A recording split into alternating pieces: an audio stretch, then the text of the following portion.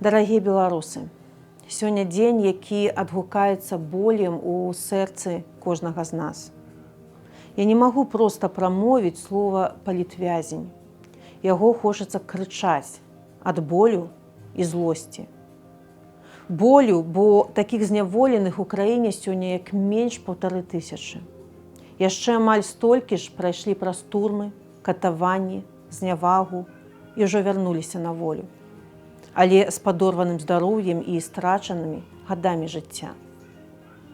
Злосць жа перапаўняе мяне ад таго, што рэпрэсіі працягваюцца і людзей бяруць у закладнікі. Праз імкненне забіць свабоду слова, свабоду меркаванняў рэжым пераследуе народ. Амаль 200 жанчын сёння ў вязніцах таму, што выступалі за свае правы. Дзесяткі беларусаў не атрымліваюць неабходнай медычнай дапамогі, бо голасна выказалі нязгоду з дыктатам і гвалтам. Максім Знак, Мікалай Статкевіч, Марыя Калеснікава, Віктар Бабарыка, Ігар Лосік і мой муж Сергей Тихановскі знаходзяцца ў рэжыме інкамунікада. І звестак аб іх стане няма ўжо больш за год.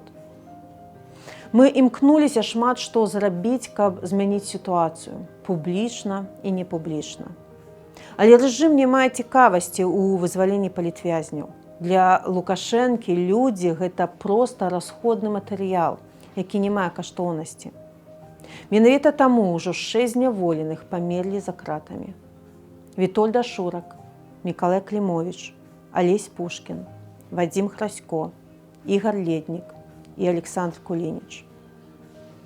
Мы абавязаны штодзень шукаць магчымасці, каб вызваліць нашых родных сяброў з турмах. А пакуль яны ў няволі, мы павінны іх падтрымліваць. І павінен гэта рабіць кожны з нас. Далучайцеся да ініцыятыў і арганізацый, якія займаюцца падтрымкай палітвязняў. Тых, хто адбывае пакаранне, і тых, хто мае патрэбу ў рэабілітацыі пасля турмы. Вы можаце данаціць у дабрачынныя фонды. Вы можаце разам з іншымі беларусамі і беларускамі замежжа ладзіць акцыі ў сваіх гарадах і краінах. Дапамагайце праваабаронцам дакументаваць рэпрэсіі і доказы злачынстваў рэжыму. Распавядайце пра нашых палізняволеных у сацсетках. Звяртайце ўвагу палітыкаў і журналістаў на іх лёс. Патрабуйце іх вызвалення. Дарагія беларусы, мы – голас беларускіх палітвязняў. І нам нельга маўчаць ні дня.